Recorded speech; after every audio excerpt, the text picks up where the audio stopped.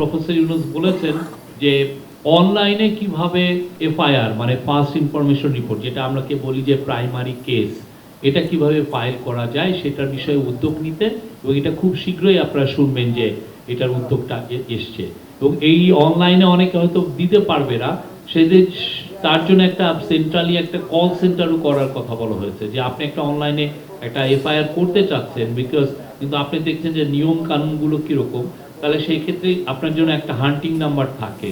আপনি যেমন 999 আছে, আপনি যে কোনো কমপ্লেনের ক্ষেত্রে এখানেও একটা বিশেষ নাম্বার থাকবে, সেখানে আপনি 111 হতে পারে, আপনি ফোন দিলে আপনাকে ওরা গাইড করবে যে কিভাবে আপনি কেস করবেন।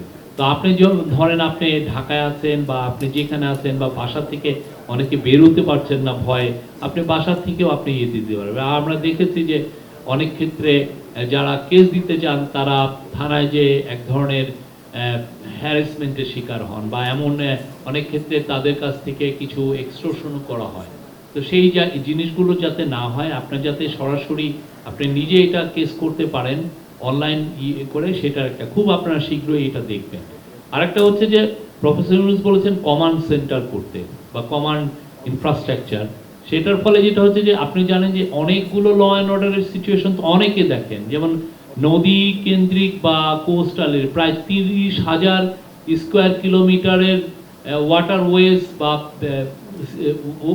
মানে বে অফ বেঙ্গলের ওয়াটার যেটা মনিটর করেন কোস্ট গার্ড বা বিজিবি, ধরেন প্রায় 5,000 প্রায় 4,500 স্কোয়ার না কিলোমিটার বর্ডারটা ওরা দেখেন। তারপরে পুলিশ আছেন, সবার মধ্যে যাতে কোঅর্ডিনেট করে, র্যাব আছে, বিজিবি আছে, ডিএমপি আছে, বা অন্যান্য সমস্ত সিটিগুলোতে যে মেট্রোপলিটন পুলিশ আছে, সবার সাথে কোঅর্ডিনেট করে একটা কমান্ড স্ট্রাকচার থাকবে, সেখান থেকে যাতে খুব intensively law and order situation 24/7 যাতে মনিটর করা যায়।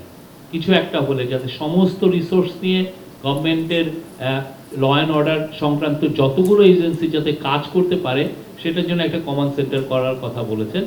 মূল উদ্দেশ্য হচ্ছে ল অ্যান্ড অর্ডার সিচুয়েশনটা তো ইমপ্রুভ হচ্ছে, যারা আরও একটু ইমপ্রুভ হয়।